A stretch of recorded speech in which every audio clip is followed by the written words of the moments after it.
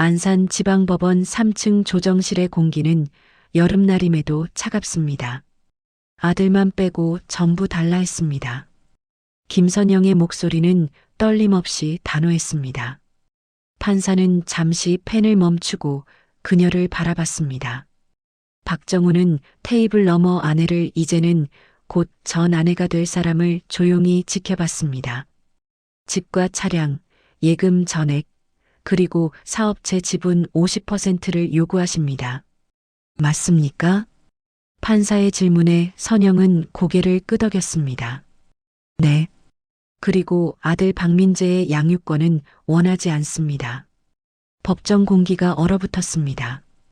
담당 조정위원조차 눈썹을 치켜 올렸습니다. 정우의 변호사는 재빨리 메모를 했고 선영의 변호사는 서류를 넘기는 척하며 시선을 피했습니다. 정우는 여전히 침묵했습니다. 그는 선영을 12년 전 회사 로비에서 처음 만났습니다. 그녀는 신입사원이었고 그는 막 과장으로 승진한 참이었습니다. 점심시간 엘리베이터에서 우연히 마주친 것이 시작이었습니다. 선영은 밝았고 똑부러졌으며 무엇보다 자신의 미래를 분명히 아는 사람처럼 보였습니다. 결혼은 빨랐습니다. 연애 8개월 만이었습니다. 민재가 태어났을 때 선영은 울었습니다. 기쁨의 눈물이라고 생각했습니다. 하지만 산후조리원에서 돌아온 뒤 그녀의 표정은 점점 굳어갔습니다. 아이는 울었고 밤은 길었으며 선영의 눈빛은 조금씩 멀어졌습니다. 당신은 몰라요. 선영이 자주 했던 말입니다. 당신은 회사 가면 되잖아요. 나는 이 집에 갇혀서. 정우는 그때마다 이해하려 했습니다. 육아휴직을 쓸까 고민했고 주말마다 민재를 데리고 나갔으며 밤늦게 돌아와도 설거지를 먼저 했습니다. 하지만 선영의 얼굴에서 웃음이 돌아오지는 않았습니다.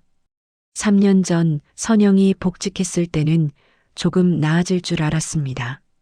그녀는 다시 자신의 이름표를 달았고 회의실에 들어갔으며 저녁 약속을 잡았습니다. 그러나 집에 돌아온 그녀는 더 지쳐 있었습니다. 민재 학원 보냈어? 숙제는? 내일 준비물 챙겼어? 대화는 점점 업무 보고처럼 변했습니다. 박정우 씨, 의견 있으십니까? 판사의 질문에 정우는 고개를 들었습니다. 변호사가 재빨리 손을 뻗으며 말했습니다. 판사님, 잠시 협의 시간을. 아닙니다. 정우의 목소리는 낮고 평온했습니다. 전부 드리겠습니다. 변호사의 얼굴이 굳었습니다.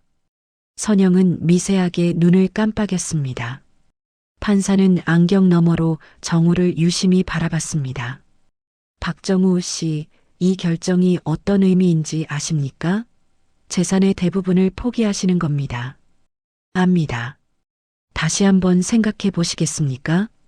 아닙니다. 결정했습니다. 정우는 선영을 바라봤습니다. 그녀는 시선을 피했습니다. 이 선택은 지금이 아니라 이미 몇 달 전부터 시작됐습니다. 정우는 속으로 생각했습니다. 그는 6개월 전 한밤중에 깼습니다. 민재의 방에서 소리가 들렸습니다. 문을 열자 아들은 이불을 뒤집어 쓴 채 흐느끼고 있었습니다. 정우는 아무 말 없이 옆에 누워 아들의 등을 두드렸습니다. 아빠, 응? 엄마는 나 싫어해? 정우는 대답하지 못했습니다. 민재는 8살입니다. 또래보다 말이 적고 혼자 그림 그리기를 좋아하며 엄마 눈치를 많이 봅니다. 선영이 퇴근하는 시간이 되면 현관문 쪽을 계속 쳐다봅니다. 엄마가 들어와도 먼저 다가가지 못합니다. 조정실 창밖으로 여름 햇살이 쏟아졌습니다. 정우는 주머니 속 민재의 그림을 만졌습니다. 어제 아침 식탁에 놓여있던 종이였습니다. 2명의 사람이 손을 잡고 있었습니다. 큰 사람과 작은 사람. 제목은 이렇게 쓰여 있었습니다. 아빠랑 나. 다음 조정 기일은. 판사의 목소리가 멀게 들렸습니다. 정우는 알고 있었습니다. 이 싸움의 끝을, 그리고 그 끝에서 자신이 지켜야 할 사람이 누구인지를. 선영은 서류를 챙겨 일어섰습니다. 하이힐 소리가 복도로 멀어졌습니다. 정우는 자리에 그대로 앉아 있었습니다. 변호사가 한숨을 쉬며 말했습니다. 박정우 씨, 솔직히 이해가 안 됩니다. 왜 이렇게까지? 괜찮습니다. 정우는 창밖을 바라봤습니다. 이제 시작이니까요. 그날은 4월의 마지막 주였습니다. 새벽 2시, 정우는 목이 말랐겠습니다. 침실을 나와 복도를 걸을 때 거실에 불빛이 새어나왔습니다. 선영은 소파에 앉아 휴대폰을 보고 있었습니다. 정우는 부엌으로 방향을 틀었습니다. 냉장고 문을 열고 물을 따르는 동안 거실이 잠시 밝아졌습니다. 휴대폰 화면이었습니다. 그리고 정우는 봤습니다.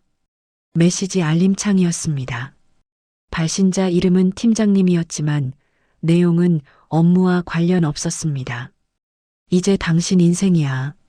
쓸모없는 짐은 내려놔. 물컵을 든 채로 정우는 멈춰 섰습니다. 선영은 화면을 끄고 한숨을 쉬었습니다. 그녀는 정우가 서 있는 걸 모르는 듯 보였습니다. 정우는 천천히 침실로 돌아왔습니다. 침대에 누워서도 잠이 오지 않았습니다. 따지고 싶었습니다. 저게 무슨 메시지야? 팀장님이 왜 새벽에 그런 말을 해? 묻고 싶었습니다. 하지만 정우는 이미 답을 알고 있었습니다. 그는 건축 안전 점검원입니다. 15년째 건물의 균열을 찾는 일을 해왔습니다. 겉으로는 멀쩡해 보이는 벽, 깨끗하게 칠해진 기둥, 새 것처럼 보이는 천장. 하지만 장비를 들이대면 보입니다. 내부의 금이, 언젠가 무너질 구조를. 정우가 배운 원칙이 있습니다. 균열을 발견했다고 바로 무너뜨리면 안 됩니다. 먼저 관찰하고 기록하고 패턴을 파악합니다. 언제부터 시작됐는지, 어디까지 번졌는지, 얼마나 깊은지. 그래야 제대로 된 조치를 할 수 있습니다. 정우는 그날부터 관찰을 시작했습니다. 다음 날 아침 선영은 평소처럼 일어났습니다. 민재 학교 보냈어? 응, 8시에 나갔어. 저녁은 밖에서 먹을게. 회의 있어. 알았어. 대화는 짧았습니다. 선영은 커피를 마시고 현관으로 향했습니다. 정우는 그녀의 뒷모습을 지켜봤습니다. 가방 끈을 어깨에 거는 동작, 구두를 신는 모습, 문을 닫는 소리. 모든 게 평소와 같았습니다. 하지만 정우는 알았습니다. 균열은 이미 시작됐다는 것을. 5월 중순 거실 소파가 사라졌습니다. 이거 왜 없어? 정우가 물었을 때 선영은 담담히 대답했습니다. 팔았어. 새 사업 준비하는데 자금이 필요해서. 새 사업? 친구랑 온라인 쇼핑몰 차릴 거야. 요즘 잘 되잖아, 그런 거. 정우는 고개를 끄덕였습니다. 그래. 얼마나 필요한데? 아직 모르겠어. 근데 일단 시작은 해야지. 다음 주에는 서재 책장이 비었습니다. 그 다음 주에는 결혼 선물로 받은 그림이 내려갔습니다. 정우는 묻지 않았습니다. 선영은 설명하지 않았습니다. 6월 초 공동 통장에서 500만 원이 빠져나갔습니다. 정우는 통장 앱을 보며 선영에게 물었습니다. 여보, 이거 뭐야? 선영은 휴대폰을 보다가 고개를 들었습니다. 아, 그거. 사업 자금이야. 500만 원이나? 초기 투자 비용이야. 상품 매입이랑 마케팅? 그렇게 많이 필요해? 선영의 목소리가 약간 날카로워졌습니다. 당신은 몰라. 사업이 그렇게 간단한 게 아니야. 정우는 더 묻지 않았습니다. 하지만 그 다음 달에도 300만 원이 빠졌고 그 다음 달에도 400만 원이 사라졌습니다. 선영은 매번 같은 대답을 했습니다. 투자야. 확장 비용이야. 필요한 거야. 정우는 기록했습니다. 날짜, 금액, 선영의 설명. 건축 현장에서 균열을 기록하듯이 감정은 넣지 않았습니다. 분노도 배신감도 그저 사실만 적었습니다. 민재가 변한 건 7월부터였습니다. 저녁 식탁에서 아들은 점점 말이 없어졌습니다. 학교 이야기를 물으면 그냥이라고 대답했고 친구 이야기를 꺼내면 별로라고 했습니다. 어느 날 저녁 선영이 늦게 돌아왔습니다. 엄마 왔다. 정우가 민재를 불렀지만 아들은 방에서 나오지 않았습니다. 선영은 피곤한 표정으로 소파에 앉았습니다. 민재는 방에 있어. 왜 안 나와? 정우는 대답하지 않았습니다. 선영은 한숨을 쉬고 방으로 갔습니다. 문을 두드리는 소리가 들렸습니다. 민재야, 엄마야. 문 열어. 대답이 없었습니다. 민재, 문 열라니까. 선영의 목소리가 높아졌습니다. 정우는 부엌에서 설거지를 하다가 수건으로 손을 닦았습니다. 복도로 나가려는 순간 민재의 방문이 열렸습니다. 뭐? 아들의 목소리는 낮고 무뚝뚝했습니다. 너 왜 이래? 엄마 왔는데 인사도 안 하고.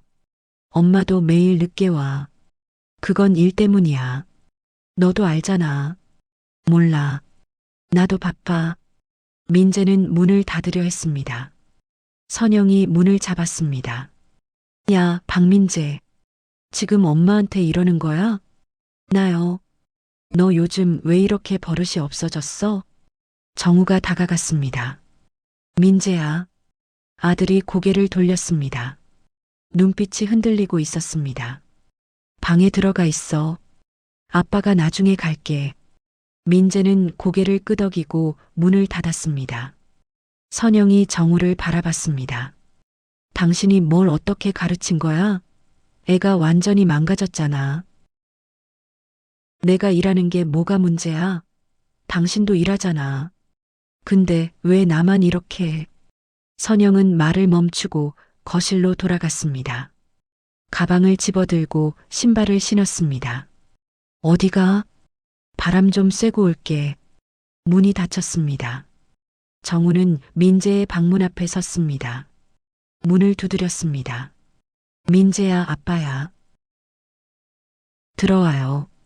방 안은 어두웠습니다. 민재는 침대에 앉아 무릎을 끌어안고 있었습니다. 정우는 옆에 앉았습니다.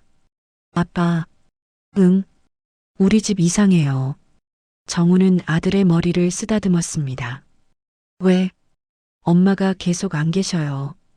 그리고 집에 있던 것들이 자꾸 없어져요. 소파도 없어지고 그림도 없어지고. 우리 집 왜 이래요? 정우는 대답할 수 없었습니다. 그날 밤 정우는 거실에 홀로 앉아 있었습니다. 텅 빈 공간이었습니다. 소파가 있던 자리, 책장이 있던 벽, 그림이 걸려 있던 곳, 모든 게 사라지고 있었습니다. 휴대폰이 울렸습니다. 선영이었습니다. 오늘은 친구 집에서 자고 갈게. 너무 피곤해서. 응. 전화가 끊겼습니다. 정우는 창밖을 바라봤습니다. 여름밤의 도시는 불빛으로 가득했습니다. 하지만 이 집은 점점 어두워지고 있었습니다. 그는 알고 있었습니다. 배신보다 더 무서운 건 죄책감이 없는 태도라는 것을. 선영은 미안해하지 않았습니다. 설명도 하지 않았습니다. 그저 자신의 선택을 밀고 나갔습니다. 정우는 주머니에서 수첩을 꺼냈습니다. 그동안 기록한 것들이 빼곡했습니다. 사라진 물건들, 빠져나간 돈, 늘어난 거짓말. 그리고 가장 마지막 페이지에 적은 문장. 민재를 지켜야 한다. 정우는 수첩을 덮었습니다. 이제 관찰은 끝났습니다. 균열의 깊이를 확인했습니다. 이 구조는 더 이상 버틸 수 없다는 것도 알았습니다. 다음 단계로 넘어갈 시간이었습니다. 우편물은 8월 15일에 도착했습니다. 정우는 출근하기 전 우편함을 열었습니다. 광고 전단지 사이에 은행 봉투가 끼어 있었습니다. 하나은행 적립식 예금 명세서라고 적혀 있었습니다. 민재의 대학 적금이었습니다. 정우는 민재가 태어난 해부터 매달 30만 원씩 넣어온 통장이었습니다. 10년이면 3,600만 원, 이자까지 합치면 4천만 원이 넘을 것이었습니다. 민재가 대학에 갈 때 쓰라고 만든 통장이었습니다. 정우는 봉투를 뜯었습니다. 잔고 875만 2,430원. 정우는 숫자를 다시 봤습니다. 그리고 또 봤습니다. 870만 원. 3천만 원 이상이 사라져 있었습니다. 손이 떨렸습니다. 하지만 정우는 침착하게 명세서를 접었습니다. 가방에 넣고 회사로 향했습니다. 점심시간 정우는 은행을 찾았습니다. 창구 직원은 컴퓨터를 확인하고 말했습니다. 5월부터 7월까지 3차례에 걸쳐 중도 인출이 있었습니다. 누가 했습니까? 공동 명의자이신 김선영 님이십니다. 정우는 고개를 끄덕였습니다. 인출 사유는요? 사업 자금으로 기재되어 있습니다. 정우는 명세서 사본을 받아들었습니다. 5월 17일 1,000만 원, 6월 24일 1,200만 원, 7월 8일 800만 원, 정확히 3천만 원이었습니다. 은행을 나와 정우는 차 안에 앉았습니다. 한참을 그대로 있었습니다. 핸들을 쥔 손에 힘이 들어갔다가 풀렸습니다. 분노가 치솟았다가 가라앉았습니다. 정우는 휴대폰을 꺼냈습니다. 선영에게 전화했습니다. 여보세요? 선영의 목소리는 바빴습니다. 뒤에서 사람들 소리가 들렸습니다. 나야. 지금 통화 가능해? 좀 급한데. 왜? 민재 적금. 전화 너머가 잠시 조용해졌습니다. 그거 말이야? 왜 빼갔어? 아, 그거. 내가 말하려고 했는데. 3천만 원이야. 선영의 목소리가 약간 날카로워졌습니다. 알아. 그래서 내가 말하려고 했다니까. 근데 지금은 좀. 나중에 집에서 얘기하자. 지금 하자. 박정우, 나 지금 회의 중이야. 나중에 전화할게. 전화가 끊겼습니다. 정우는 휴대폰을 내려놓았습니다. 창밖으로 여름 햇살이 쏟아졌습니다. 주차장을 지나가는 사람들, 점심 식사를 하는 직장인들, 모든 것이 평범했습니다. 그날 저녁 선영은 9시가 넘어서 들어왔습니다. 정우는 거실 바닥에 앉아 서류를 보고 있었습니다. 민재는 이미 잠들었습니다. 왔어? 선영은 가방을 소파가 없으니 바닥에 놓았습니다. 민재 적금 얘기하려고? 응. 선영은 부엌으로 가서 물을 마셨습니다.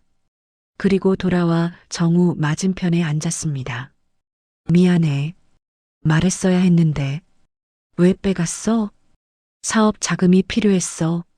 상품 계약금이 급하게 들어가야 했고. 민재 대학 적금이야. 알아. 근데 어쩔 수 없었어. 다른 방법이 없었다고. 정우는 선영을 바라봤습니다. 돌려놓을 수 있어? 지금은 좀. 언제? 선영이 한숨을 쉬었습니다. 모르겠어. 사업이 궤도에 오르면. 언제 오르는데?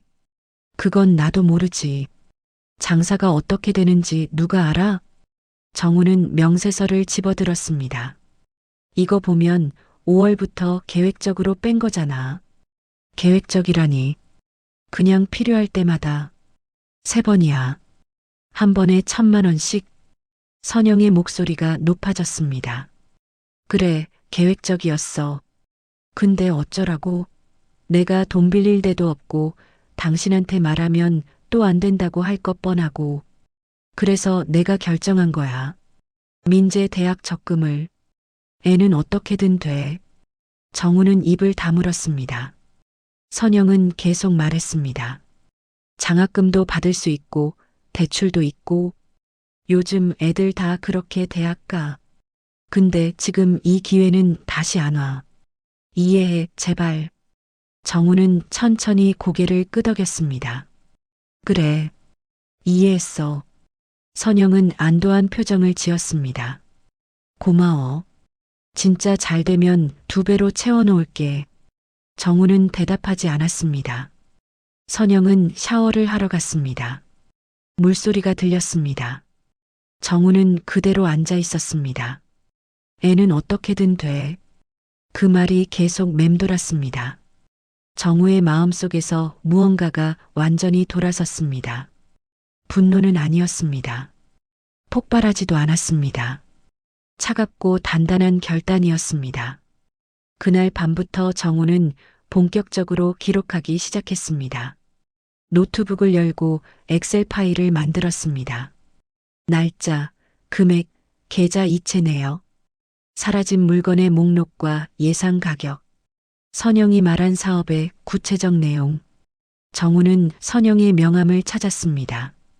SY 글로벌 트레이딩이라는 회사명이 적혀 있었습니다. 인터넷에 검색했습니다. 사업자 등록은 되어 있었습니다. 하지만 주소지는 원룸 오피스텔이었습니다. 정우는 다음날 점심시간에 그 주소로 갔습니다. 낡은 건물의 3층이었습니다. 복도에는 비슷한 간판들이 줄지어 있었습니다. 무역, 글로벌, 인터내셔널, 모두 1인 기업처럼 보였습니다. SY 글로벌 트레이딩이라고 적힌 문을 찾았습니다. 문은 잠겨 있었습니다. 유리창 너머로 안을 들여다봤습니다. 작은 책상 하나, 의자 2개, 쌓여 있는 박스들. 그게 전부였습니다. 정우는 사진을 찍었습니다. 건물을 나와 관리사무소로 갔습니다. 관리인은 담배를 피우다가 정우를 봤습니다. 무슨 일이세요? 3층 SY 글로벌 트레이딩 아세요? 아, 거기요. 여자분이 한 달에 1~2번 오시더라고요.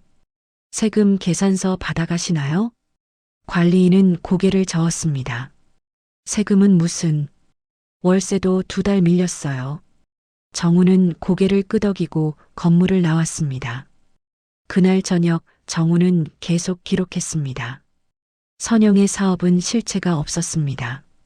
사무실은 유령 같았고 월세는 밀렸으며 사업자 등록만 되어 있을 뿐이었습니다.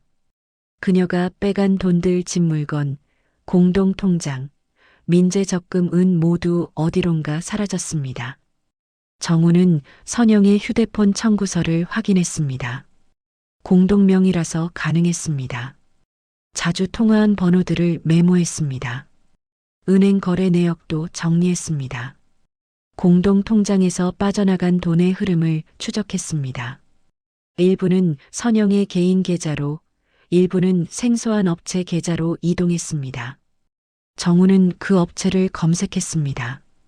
미신고 창고였습니다. 불법 보관 혐의로 단속된 적도 있었습니다. 세금 문제도 보였습니다.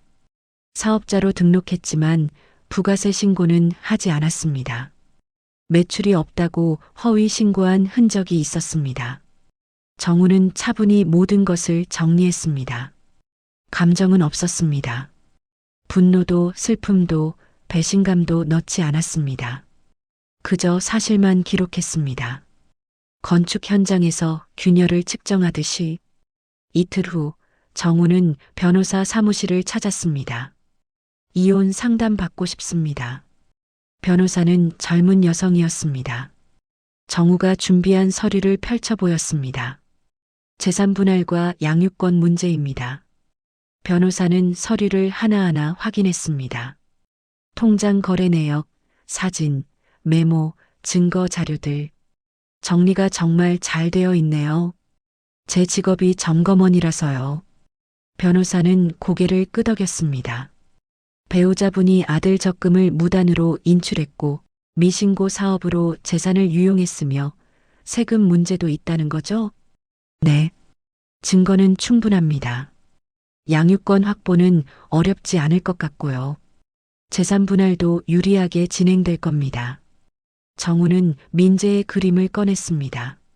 아빠랑 나라고 쓰인 그림이었습니다. 저는 재산은 중요하지 않습니다.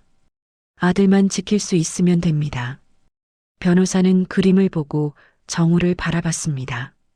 잘하실 겁니다. 정우는 사무실을 나왔습니다. 가을바람이 불었습니다. 하늘은 높고 맑았습니다. 정우는 휴대폰을 꺼내 민재의 사진을 봤습니다. 학교 운동회 날 찍은 사진이었습니다. 민재는 카메라를 보며 어색하게 웃고 있었습니다. 정우는 사진을 한참 보다가 주머니에 넣었습니다. 부성에는 분노로 드러나지 않았습니다. 고함도 주먹도 아니었습니다. 그것은 조용하고 차갑고 단단한 결단이었습니다. 이제 정우는 준비가 끝났습니다. 이혼 협의는 9월 첫째 주에 시작됐습니다. 선영의 변호사가 먼저 연락을 해왔습니다. 빠르게 정리하고 싶다는 메시지였습니다. 정우는 만남에 응했습니다. 카페에서 마주 앉았을 때 선영은 서류를 펼쳤습니다. 싸우지 말고 정리하자. 선영의 목소리는 담담했습니다. 하지만 정우는 알아챘습니다. 그녀의 손가락이 서류를 넘길 때 조금씩 떨리고 있다는 것을. 여기 조건들이 있어. 집, 차, 예금, 사업 지분. 내가 가져가는 걸로 하면 돼. 정우는 서류를 보지 않았습니다. 민재는? 양육권? 당신이 가져.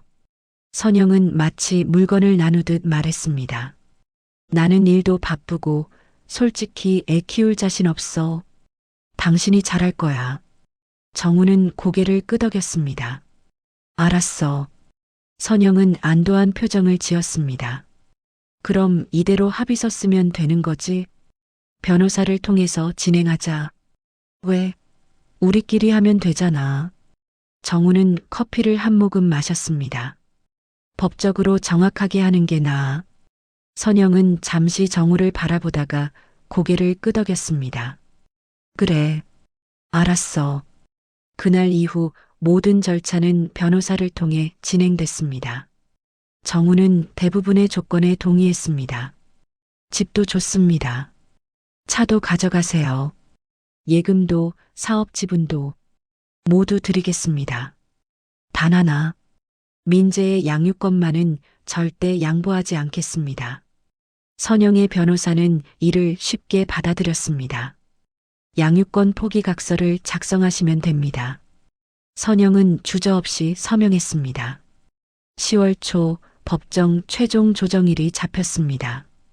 안산지방법원 3층 조정실.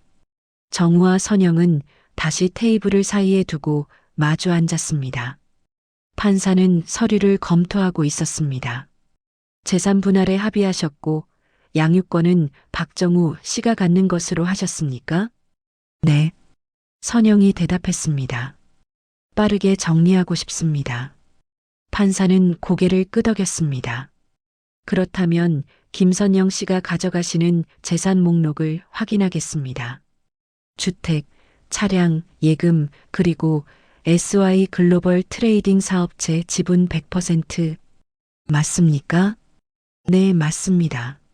선영의 목소리에는 만족감이 묻어났습니다. 그때 정우의 변호사가 말했습니다. 판사님, 박정우 측에서 추가 자료를 제출하고자 합니다. 판사는 눈썹을 치켜 올렸습니다. 추가 자료요? 네. 김선영 씨가 소유권을 요구하시는 사업체의 실제 상태에 관한 자료입니다. 변호사는 서류 뭉치를 제출했습니다. 선영의 얼굴이 굳었습니다. 판사는 서류를 펼쳤습니다. 한 장, 두 장, 세 장. 표정이 조금씩 변했습니다. 이게 SY 글로벌 트레이딩의 부채 내역입니까? 네, 판사님. 정우의 변호사가 대답했습니다. 현재 미지급 월세 600만 원, 상품 대금 미납 2,300만 원, 신용카드 연체 800만 원, 총 3,700만 원의 부채가 확인됩니다. 선영의 변호사가 급히 말했습니다. 판사님, 이건 사업 과정에서 발생한 일시적입니까? 정우의 변호사가 다른 서류를 꺼냈습니다. 미신고 창고 사용으로 인한 세무조사 통보서입니다. 부가세 허위 신고건도 포함되어 있습니다. 예상 추징세액은 1,200만 원입니다. 판사는 서류를 계속 넘겼습니다. 그리고 이건 불법 보관 물품에 대한 단속 통지서입니다. 정우의 변호사는 차분히 설명했습니다. 해당 사업체는 현재 법적 책임 소재가 불명확하며 여러 건의 민사소송이 진행 중입니다. 조정실이 조용해졌습니다. 판사는 선영을 바라봤습니다. 김선영 씨, 이 사실들을 알고 계셨습니까? 선영은 입술을 깨물었습니다. 일부는 알았습니다. 일부? 사업이 어려운 건 알았지만 이 정도인 줄은. 판사는 서류를 내려놓았습니다. 김선영 씨 소유권에는 책임이 따릅니다. 이 사업체를 가져가신다는 건 모든 부채와 법적 책임을 함께 떠안으신다는 의미입니다. 선영의 얼굴이 하얗게 변했습니다.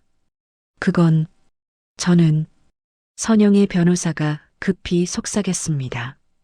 선영은 고개를 저었습니다. 판사가 물었습니다. 재산 분할 조건을 재협의하시겠습니까? 선영은 정우를 바라봤습니다. 정우는 담담히 그녀를 마주봤습니다. 선영은 입을 열었다가 다물었습니다. 그리고 다시 열었습니다. 사업체는 빼고 나머지만 가져가면 안 됩니까? 정우의 변호사가 말했습니다. 사업체는 부부 공동 명의입니다. 일방적으로 제외할 수 없습니다. 판사가 덧붙였습니다. 전부를 가져가시든지 아니면 재산 분할을 다시 협의하시든지 선택하셔야 합니다. 선영은 한참을 침묵했습니다. 그녀의 손이 테이블 위에서 떨렸습니다. 자신 있던 표정은 사라지고 불안과 당혹감만 남았습니다. 재협의하겠습니다. 판사는 고개를 끄덕였습니다. 다음 조정 기일을 잡겠습니다. 조정실을 나올 때 선영이 정우를 불렀습니다. 박정우. 정우는 걸음을 멈췄습니다. 당신 처음부터 알고 있었어? 정우는 고개를 돌려 선영을 봤습니다. 응. 그런데 왜 아무 말 안 했어? 정우는 잠시 생각했습니다. 내가 말해도 당신은 듣지 않았을 거야. 선영은 할 말이 없었습니다. 정우는 계속 말했습니다. 당신이 원한 걸 줬어. 전부. 그게 당신한테 가장 정확한 선택이라고 생각했어. 무슨 뜻이야? 정우는 대답하지 않고 복도를 걸었습니다. 선영은 그 자리에 서서 정우의 뒷모습을 바라봤습니다. 법원을 나온 정우는 주차장에서 차에 올랐습니다. 핸들을 잡고 앞을 바라봤습니다. 하늘은 맑았습니다. 바람이 나뭇잎을 흔들었습니다. 정우는 휴대폰을 꺼냈습니다. 민재에게 문자를 보냈습니다. 아빠 곧 집에 갈게. 저녁 뭐 먹고 싶어? 답장이 바로 왔습니다. 피자요. 아빠랑 같이. 정우는 미소 지었습니다. 모든 걸 주는 선택. 그것은 패배가 아니었습니다. 선영이 원한 것들 집, 차, 돈, 사업 그 모든 것에는 책임이 딸려 있었습니다. 부채, 법적 문제, 끝없는 골칫거리. 정우는 그녀가 그걸 감당할 수 없다는 걸 알고 있었습니다. 정우가 진짜 지킨 것은 하나였습니다. 민재. 그리고 그것만으로 충분했습니다. 정우는 시동을 걸었습니다. 이제 새로운 시작이었습니다. 이사는 11월 첫째 주에 끝났습니다. 정우와 민재는 작은 임대 아파트로 옮겼습니다. 방 2개에 거실 하나, 15평짜리였습니다. 전에 살던 집의 절반도 안 되는 크기였습니다. 벽지는 낡았고 베란다 창문은 삐걱거렸습니다. 부엌 타일에는 금이 가 있었습니다. 하지만 공기가 달랐습니다. 가볍고 조용하고 차분했습니다. 이사 첫날 저녁 정우와 민재는 거실 바닥에 앉았습니다.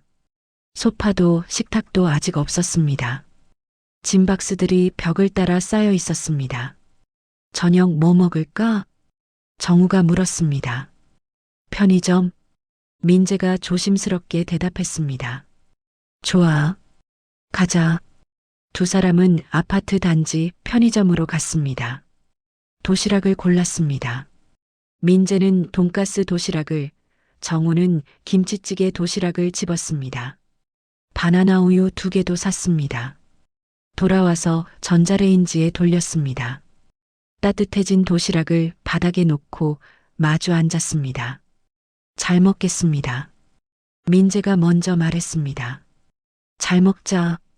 정우는 젓가락을 들었습니다. 조용히 밥을 먹었습니다. 창밖으로 가로등 불빛이 들어왔습니다. 아래층에서 아이들 뛰노는 소리가 들렸습니다. 민재가 입을 열었습니다. 아빠, 응? 후회 안 해?